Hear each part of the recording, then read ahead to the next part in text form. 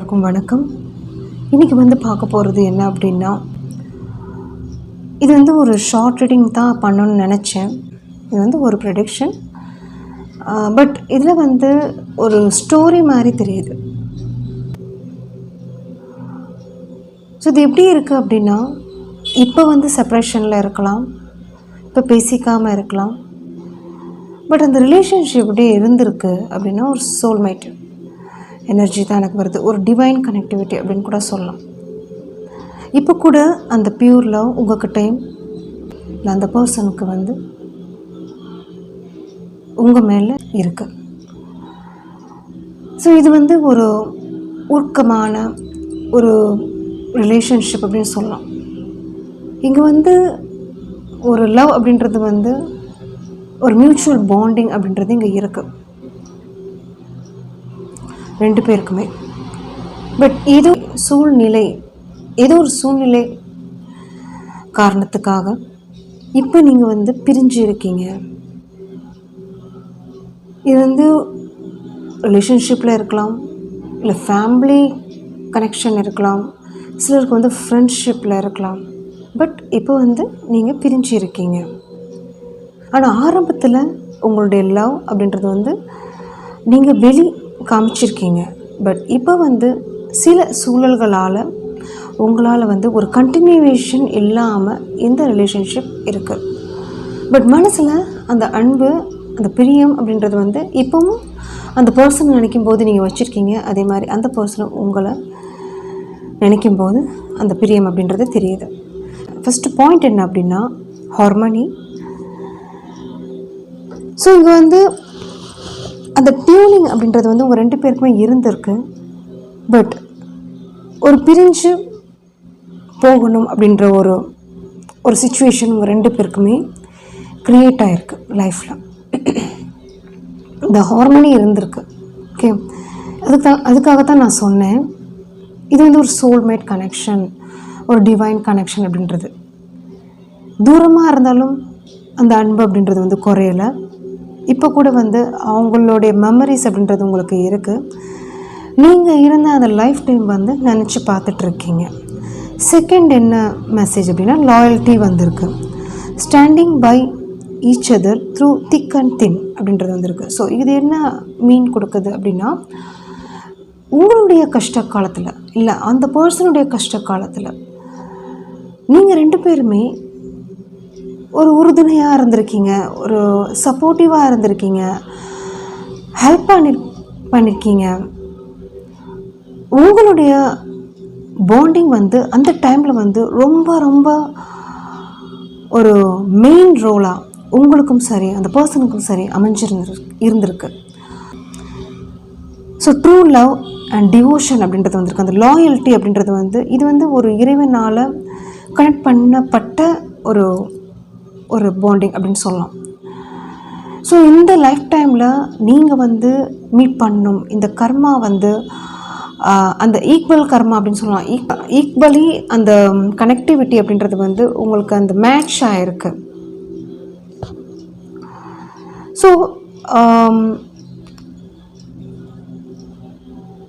இந்த கஷ்ட காலங்களில் நீங்கள் ரெண்டு பேருமே ஒரு உறுதுணையாக இருந்திருக்கீங்க. ஓகே, அந்த லாயல்ட்டி அப்படின்றது இப்போவும் நீங்கள் மெயின்டைன் பண்ணிகிட்ருக்கீங்க.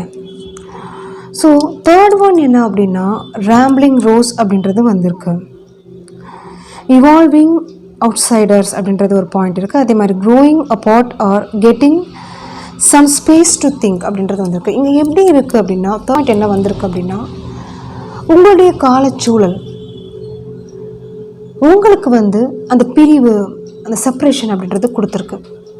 நல்லா இருந்த பாண்டிங், கனெக்டிவிட்டி,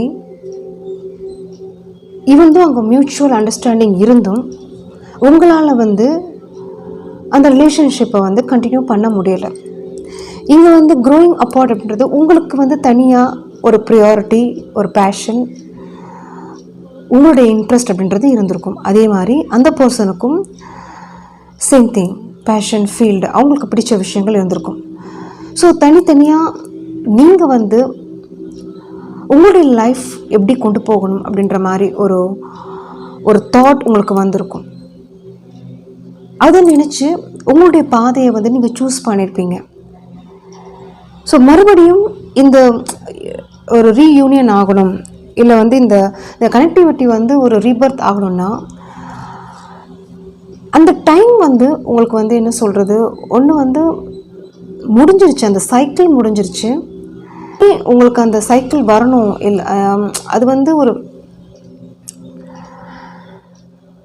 அது வந்து நீங்கள் திங்க் பண்ண வேண்டியிருக்கும். அந்த உங்களுக்கு வந்து அந்த டைம் உங்களுக்கு அந்த மறுபடியும் அந்த மாதிரி ஒரு ஸ்ட்ராங்காக இது ஒரு பேஸ்மெண்ட்டாக இந்த ரிலேஷன்ஷிப் வந்து வருமா அப்படின்ற மாதிரியும் உங்கள் வந்து இருக்குது. ஏன்னா வந்து நீங்கள் 2 பேருமே ஒரு தனித்தனியாக ஒரு பாத்வே சூஸ் பண்ணியிருக்கீங்க. உங்கள் ஃபேமிலி லைஃப்பில் இருக்கலாம், உங்களோட பேஷனில் இருக்கலாம், உங்களுடைய ஒரு ஃபீல்டில் இருக்கலாம், எனிதிங். அந்த கனெக்டிவிட்டி, அந்த ஒரு முன்னாடி இருந்த அந்த பாஸ்ட் ப்ரீவியஸ் சைக்கிள் உங்களுக்கு வந்து ஒரு கம்ப்ளீஷன் அப்படின்றது தெரியுது எனக்கு. அந்த கம்ப்ளீட் ஆன விஷயம் மறுபடியும் ஒரு ரீபர்த் ஆகுமா அப்படின்ற மாதிரி இங்கே ஒரு கொஸ்டின் மார்க் இங்கே கேட்டிருக்காங்க. அதுக்கு வந்து என்ன அப்படின்னா, நீங்கள் திங்க் பண்ணணும், இல்லை அதுக்கு வந்து ஒரு டைம் கொடுக்கணும், இல்லை நீங்களும் கொடுக்கணும், அதே மாதிரி அந்த பர்சனும் கொடுக்கணும். முன்னாடி இருந்த ஒரு அந்த கஷ்டங்கள் உங்களுக்கு தொடர்ந்த அந்த அந்த அந்த சிச்சுவேஷன் கார்மிக் அதெல்லாம் உங்களுக்கு வந்து முடிஞ்சு, அந்த கஷ்ட காலம் வந்து முடிஞ்சு உங்களுக்கு வந்து இப்போ வந்து ஒரு நியூ என்ட்ரி உங்கள் லைஃப்பில் வந்து ஒரு சைக்கிள் நீங்கள் வந்து ஸ்டார்ட் பண்ணிகிட்ருக்கீங்க. ஒரு நியூ லைஃப் அப்படின்றது இருக்கலாம். ஸோ அதுக்காக இப்போ நீங்கள் வந்து ஒரு கான்சன்ட்ரேட் பண்ணிகிட்ருக்கீங்க. ஸோ அந்த பீரியட் இப்போ வந்து ஜாயின் ஆகுமா? ஒரு கதை முடிஞ்சிருச்சு, மறுபடியும் அந்த கதை வந்து எப்படி ஸ்டார்ட் ஆகும், பார்ட் 2 எப்படி வரும் அப்படின்ற மாதிரி தான் கொஸ்டின் கேட்குறாங்க. ஸோ அந்த பார்ட் 2 அப்படின்றது வந்து எங்கன்னா இது வரணும் அப்படின்னாலும் அந்த டைமிங், அந்த கடவுள் துணை, உங்களுக்கு அந்த தாட் 2 பேருக்குமே ஈக்குவலாக வரும்போது தான் அது வந்து கண்டினியூஸன் ஆகும் அப்படின்றது தான் இங்கே மீனிங் வருது. ஸோ 4th பாயிண்ட் என்ன அப்படின்னா, சூஸ் வைஸ்லி அப்படின்றது வந்திருக்கு. வெயிட், காம்ப்ரமைஸ், ட்ரஸ்ட் அப்படின்றது வந்திருக்கு. என்னதான் இங்கே வந்து சிச்சுவேஷன் இருந்தாலும் உங்களுக்கும் சரி அந்த பர்சனுக்கும் சரி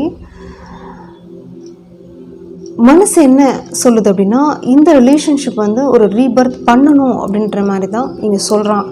நீங்கள் நினைக்கிறீங்க இந்த ரிலேஷன்ஷிப் வந்து ஒரு ரீபர்த் பண்ணணும் அப்படின்றதான் நினைக்கிறீங்க. ஏன் அப்படின்னா, நான் ஆரம்பத்திலே சொன்னேன், உங்கள் 2 பேருடைய கனெக்டிவிட்டி வந்து ஒரு சோல்ஃபுல் கனெக்ஷன் அப்படின்னு தான் நான் சொன்னேன். ஒரு பாஸ்ட் ரிலேஷன்ஷிப், ஒரு இங்கே வந்து ஒரு ஈகோ இருக்காது, ஒரு சண்டை அப்படின்றது பெருசாக இருக்காது, விட்டு கொடுத்துட்டு போவீங்க, ஒரு அந்யோன்யம் அப்படின்றது வந்து இருக்கும். டெய்லி பேசணும்னு அவசியம் கிடையாது. உங்களை பற்றி அவங்க நல்லா புரிஞ்சிருப்பாங்க, அவங்கள பற்றி நீங்கள் நல்லா புரிஞ்சிருப்பீங்க. யாருக்கும் நீங்கள் விட்டு கொடுக்க மாட்டீங்க அந்த பர்சனை. ஸோ அப்படிப்பட்ட அதே மாதிரி தான் அவங்களும் உங்களை வந்து விட்டு கொடுக்க மாட்டாங்க.